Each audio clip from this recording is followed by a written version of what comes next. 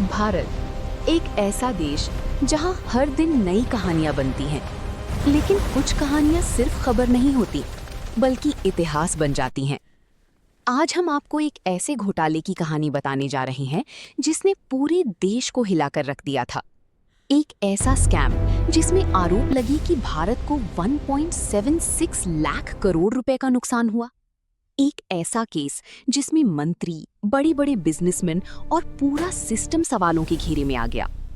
ये है कहानी 2G स्पेक्ट्रम स्कैम की। स्पेक्ट्रम क्या होता है? Basic understanding. कहानी को समझने से पहले हमें ये समझना होगा कि स्पेक्ट्रम आखिर होता क्या है।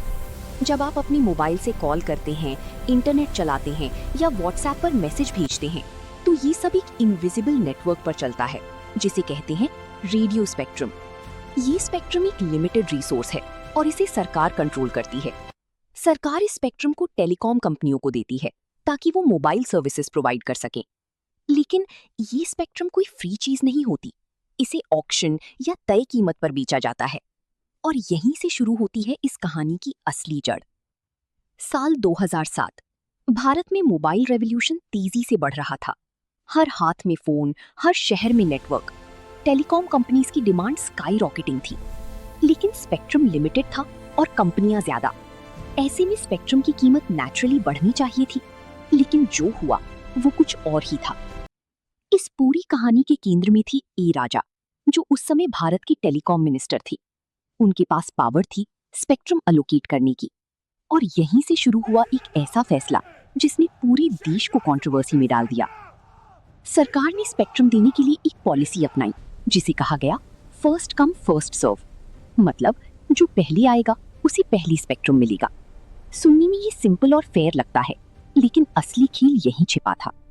आरोप ये लगा कि इस पॉलिसी का मिसयूज किया गया। कुछ कंपनियों को पहले से जानकारी दी गई और बाकी को पीछे छोड़ दिया गया। सबसे बड़ा आरोप ये था कि स्पेक्ट्रम की कीमत मार्केट रेट पर नहीं रखी गई, बल्कि पुरानी 2001 की कीमतों पर ही लाइसेंसेस दे दिए गए। सोची 2001 की कीमत और 2008 का मार्केट। ये ऐसा था जैसे आज के टाइम में आईफोन को 10 साल पुरानी कीमत पर बेचना। नतीजा, सरकार को भारी नुकसान और कुछ कंपनियों को जबरदस्त फायदा। कुछ कंपनियों ने सस्ते में स्पेक्ट्रम लिया और बाद में उसे फॉरेन कंपनीज को कई गुना ज्यादा कीमत पर बेच दिया। इससे साफ हो गया कि स्पेक्ट्रम की असली कीमत कहीं ज्यादा थी, लेकिन सरकार को वो पैसा नहीं मिला जो मिलना चाहिए था। फिर आया वो पल जिसने पूरे देश को हिला दिया। Controller and auditor general of India यानी CAG ने अपनी रिपोर्ट जारी की। इस रिपोर्ट में कहा गया कि इस पूरे प्रोसेस में भारत सरकार को करीब 1.76 लाख करोड़ रुपए का नुकसान हुआ। ये आंकड़ा इतना बड़ा था कि पूरे देश में हड़कंप मच गया। जैसे ही ये खबर सामने आई, हर न्यूज चैनल पर सिर्फ एक ही चर्चा थी, 2G स्कैम। मीडिया ने इसे हाईलाइट किया, जनता सड़कों पर उतर आई और सरकार पर सवाल उठने लगे। क्या ये करप्शन था या सिर्फ पॉलिसी मिस्टेक? मामला इतना बड़ा हो चुका था कि इसे नजरअंदाज नहीं किया जा सकता था। इसलिए जांच सौंपी गई सेंट्रल ब्यूरो ऑफ इन्वेस्टिगेशन यानी CBI को। CBI ने डिटेल्ड इन्वेस्टिगेशन शुरू की। फोन रिकॉर्ड्स, फाइल्स, डॉक्यूमेंट्स सब खंगाले गए। जांच के दौरान ए राजा को गिरफ्तार कर लिया गया। इसके अलावा कई बड़े बिजनेसमैन और अधिकारियों को भी अरेस्ट किया गया। पूरा देश शॉक में था, क्योंकि ये सिर्फ एक घोटाला नहीं बल्कि सिस्टम की क्रेडिबिलिटी पर सवाल था। केस पहुंचा दिल्ली की अदालत में, जहां सालों तक सुनवाई चली। सबूत पेश किए गए, गवाह बुलाए गए और धीरे धीरे ये केस भारत की सबसे चर्चित लीगल बैटल में बदल गया। ये केस सिर्फ महीनों का नहीं था, बल्कि सालों तक चला। हर हियरिंग में नए खुलासे, नए सवाल, लेकिन साथ ही सबूतों की जटिलता भी सामने आती रही। आखिरकार साल 2017 में फैसला आया। पटियाला हाउस कोर्ट ने कहा कि प्रोसिक्यूशन आरोप साबित करने में असफल रहा और सभी आरोपियों को बरी कर दिया गया। फैसले के बाद देश के सामने एक बड़ा सवाल खड़ा हो गया।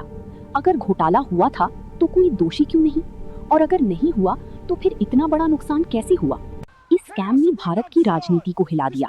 सरकार की इमेज पर असर पड़ा, ऑपोजिशन को बड़ा मुद्दा मिल गया और करप्शन एक नेशनल डिबेट बन गया। इस स्कैम के बाद टेलीकॉम पॉलिसीज में बड़े बदलाव किए गए। स्पेक्ट्रम एलोकेशन प्रोसेस को ट्रांसपेरेंट बनाया गया और ऑक्शंस को मैंडेटरी कर दिया गया।